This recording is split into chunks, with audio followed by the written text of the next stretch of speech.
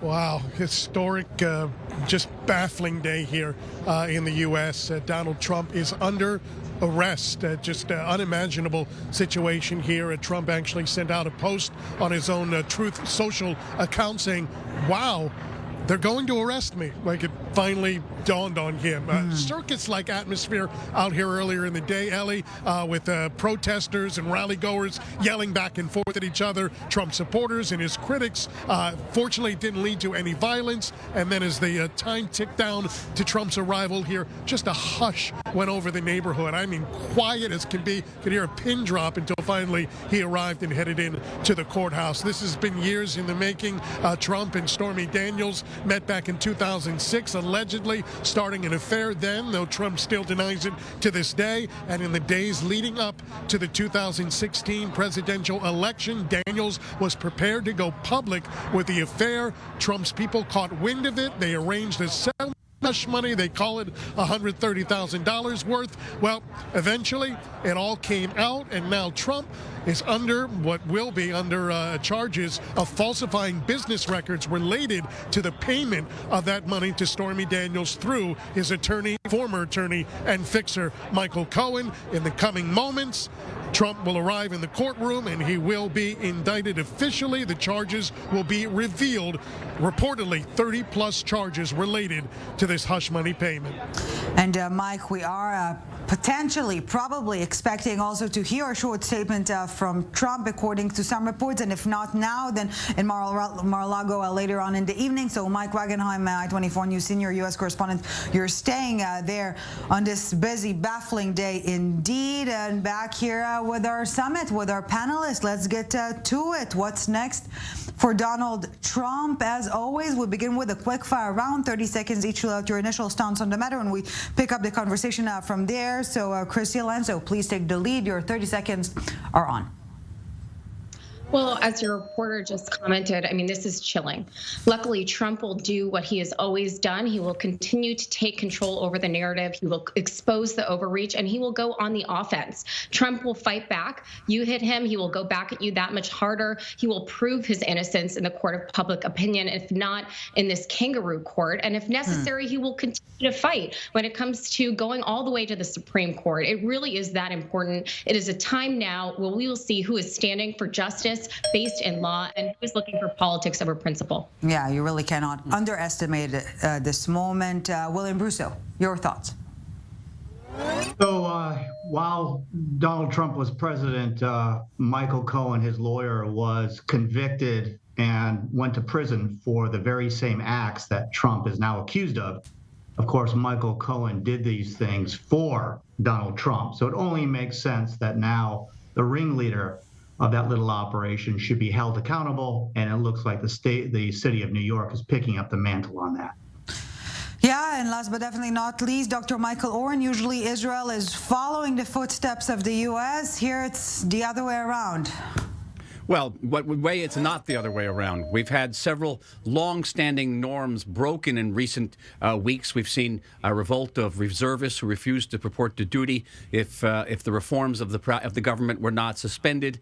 We've seen a strike of the Histrodut, the labor union, for the first time for political ends. We've seen the closing of Ben Gurion Airport. And in the United States, for the first time in its history, we see the arraignment of a former president. And though these charges may stick, they may not stick. President Trump is facing two other, even more serious charges, supporting the insurrection on January 6th and trying to overturn the election results in Georgia. Okay, and on that note, dear panelists, let's please feel free to interact. And I must begin with a question that may sound dumb at first, but it's quite inevitable. In a trial like this, can the legal and the political really stay separated, William Brusso? I think it can. You know, this is a very clear-cut situation where you have the president paying hush money to his mistress, who was a porn star, and we already know that the witness for the government, the main witness, is going to be his fixer, Michael Cohen. So, you know, there may be some issue with picking jurors who are unfamiliar with this situation. That could be an issue. But eventually, I think it will just simply get down to the jurors applying the facts to the law. And so I think it can be separated. Chris, yeah. Yeah, I could not disagree more. I think everything about what is occurring is completely illegal when it comes to Alvin Bragg and his actions. He's basically cobbled together misdemeanors to turn them into a felony, which is not even based in law. There have been leaks out of DA Bragg's office, which already should make this an indictment null and void. It's incredibly problematic. This is a political witch hunt, and we all see it for what it is. And I think it's an irrelevant question. I think, of course, it's political in the sense that everything Donald Trump does is political, and he's going to use this trial to solidify his base, which is already quite solid, and to portray himself as a victim, as a martyr. And I think that the other Republican candidates are going to suffer because of this, and that Donald Trump will be, not only because, but also because of this trial, will have a decent shot at becoming the next president of the United States. Yeah, obviously everything that Trump, a politician, does is political. Question being whether legally justified or not, being a vocal Democrat, did Alvin Bragg had an ulterior political motive here, and will Trump get a fair trial, Dr. Oren? That's I believe the main question. As I said earlier, Ellie, remember he's facing two other, I think, even more serious charges. One of them has to do with support for sedition. The other has to do with interfering with an election. Those are much more serious charges. What this case does is open the door, creates a precedent for arraigning those presidents on those far more serious charges. But William Burza, did the court turn into a political extension of politics? I don't think so. I mean, listen, we have Donald Trump recorded on a conversation trying to bribe the president of Ukraine to bring an investigation against Joe Biden. We have Donald Trump on video trying to get the crowd on January 6th to overturn the election and put pressure on Congress to stop counting electoral votes. I mean, this is no surprise that we're here. These are just the things that are audio and video recorded. Donald Trump performed a lot of other, misconduct. So I don't believe that this is politically motivated. This is what happens when you commit a crime, you're held accountable. I think the shock for Republicans and the shock for Donald Trump is that all the things he's done, he's never been held accountable. And now he's being held accountable. And this is a bit of a shock to him. But this, as the ambassador pointed out, this is just the first of many dominoes that are going to roll on him. Yeah, and while we're speaking, we're also seeing live images from New York as we speak again, a historic day there. And if and when Trump takes the podium there, we will be bringing you his statement live. And in this respect, Chris, the media not allowed in. Is it a mistake, you think? Is it only perhaps fueling the media circus surrounding it, or is that the case this way or another? I think it is a complete media circus. This is done on purpose to hurt President Trump. We know this to hurt President Trump.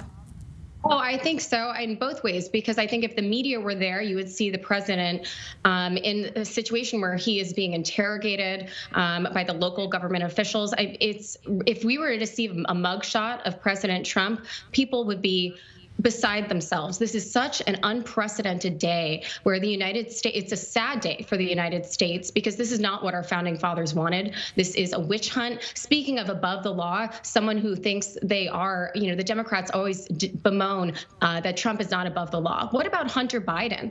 The crimes that he has committed when it comes to the geopolitical stage, how he has compromised our country on every level. This is a complete distraction from the investigations that are currently happening in Congress. It is no surprise that Alvin Bragg did this at this very moment, as Hunter Biden is currently getting investigated right now for all of what he's done in Ukraine, in China. Joe Biden barely has an answer when it comes to what is occurring. So it's against Trump is clearly going against the establishment here. Yeah, the anti-establishment vote here, once again, if you will. And in this respect, Dr. Oren, I will not even ask how can Trump turn prosecution into an election asset, but rather, how is it happening, not how can he? I think that he'll appear, as I said earlier, he'll appear as a victim, the target of a witch hunt, as Christia said earlier. I think that works well. I think we've seen the same phenomena occur here with Prime Minister Netanyahu. The charges against Netanyahu have strengthened his base, haven't weakened his base. He appears as a victim of an elitist cabal to bring him down, reverse his victory at the polls. That's what's happened here. I think the major lesson we take away from this, Ellie, is that something's really changed in the United States, where presidents were always immune from prosecution. Nixon didn't stand trial for Watergate. Clinton didn't stand trial for his abuse of Monica Lewinsky. It's over. And from now on, presidents, like prime ministers and presidents of Israel, will not be above the law. So is that the flip side of the same coin to an extent, William? Yes. Yeah, Dr. Orr. Yeah, the answer is yes. Go ahead, please. Question being whether being immune to the fullest and being prosecuted about every single thing is not, again, creating the same deadlock or stagnation, if you will, when we're talking about, leadership, morality, etc. If I may, I don't want to dominate the conversation, but it's why Netanyahu wants to pass the French law. If you don't hold the president responsible, accountable, if the law doesn't apply to him, then people don't think the law applies to them either. The president has to set the example. He has to set the example, and unless you hold him accountable, what's to stop everyone from ignoring the law or doing whatever they want to do, regardless of norms? So I think it's important that we set the example. We show Trump supporters what Trump has done wrong, the things he has done wrong. The man has committed acts of sedition and treason, and thus far has gotten away with it. His supporters need to be shown what he has done wrong. And also, I would note, you asked a question about cameras inside the courtroom. Yeah. I do think it's a mistake not to have them in there. There are so many conspiracy theories out there, many of them pushed by Donald Trump.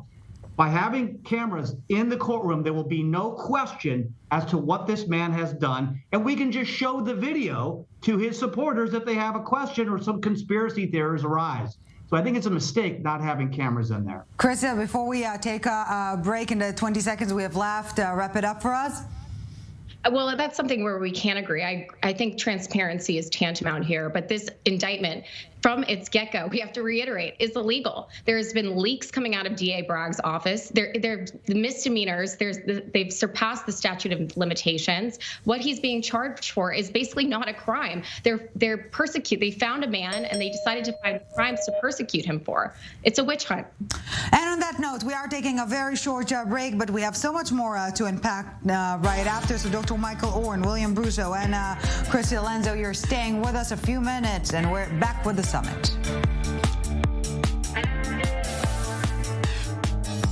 Welcome back to the summit. Still with us, Christia Lenzo, William Brusso, and Dr. Michael Oren. And as we were on a break, Donald Trump just left court, got out, made a small turn, and left the area. Apparently, maybe he's going to be back. We're seeing now live images from this very door. Donald Trump just left. He might be back. He might not. We're keeping close tabs on what's happening live in Manhattan at the moment. But before we get back to our conversation, let's hear them out. This is what Trump supporters had to say in this major rally in Waco leading up to this big day today. We're here to support the President Trump and for what's going on and everything else. I mean, these indictments are a joke. I don't think they're going to be able to stick any charges to Donald Trump, the Teflon Don. I don't see it happening. They've had 7 years to scrutinize Donald Trump's finances, his business dealings, his partnerships, everything like that. Okay, let's get to it. Not far-fetched. If found guilty, what would Trump supporters do? Another quick for around 30 seconds each, and we pick it up from there. Dr. Oren, please take the lead. Well, I think, as I said earlier, Ellie, they'll be energized, they'll be mobilized. They'll feel that a great injustice has been done to the president, and that will fit into a narrative of a general injustice done against Trump supporters who were called deplorables by candidate Hillary Clinton back in the 2016. Yeah. And that'll make Trump a very formidable candidate, because unlike the other Republican candidates who maybe get 10 or 15% of Republican votes, he's got a solid base of 35%. These are people who are not waking up in the morning and deliberating whether or not they're going to vote for Donald Trump. That's very powerful. Yeah, Chris Lorenzo, what do you think? I agree with Dr. Oren. Trump supporters will donate volunteer, vote, and be heard. I mean, we are peaceful protesters who will support the president as he leads the charge against the corrupt establishment, as we've mentioned. This is shown by those who have already donated $7 million as a result of this illegal indictment. And if this charade continues, he will get more money. So thanks, Alvin Bragg. That is how his supporters will get the done and bring our country back. We will continue to get involved at every single level, and we will not get bullied by the left. I think that's the most important part here. Yeah, the best Trump campaigner, Alvin Bragg. William Bruzzo, last but not least. So I do think the base will be energized, but as we saw with Trump's catastrophic reaction to the COVID crisis, where the United States lost more people to COVID than any other first world country, I think this indictment and his future criminal indictments will peel off independents and Republicans who are able to think for themselves. So I do think ultimately this will lose Trump vote because he's basically a criminal. And I think that's a problem for a lot of Americans. And on that note, let's feel free to interact from this point onwards. Of course, Chris, you're hearing William Bruzzo here.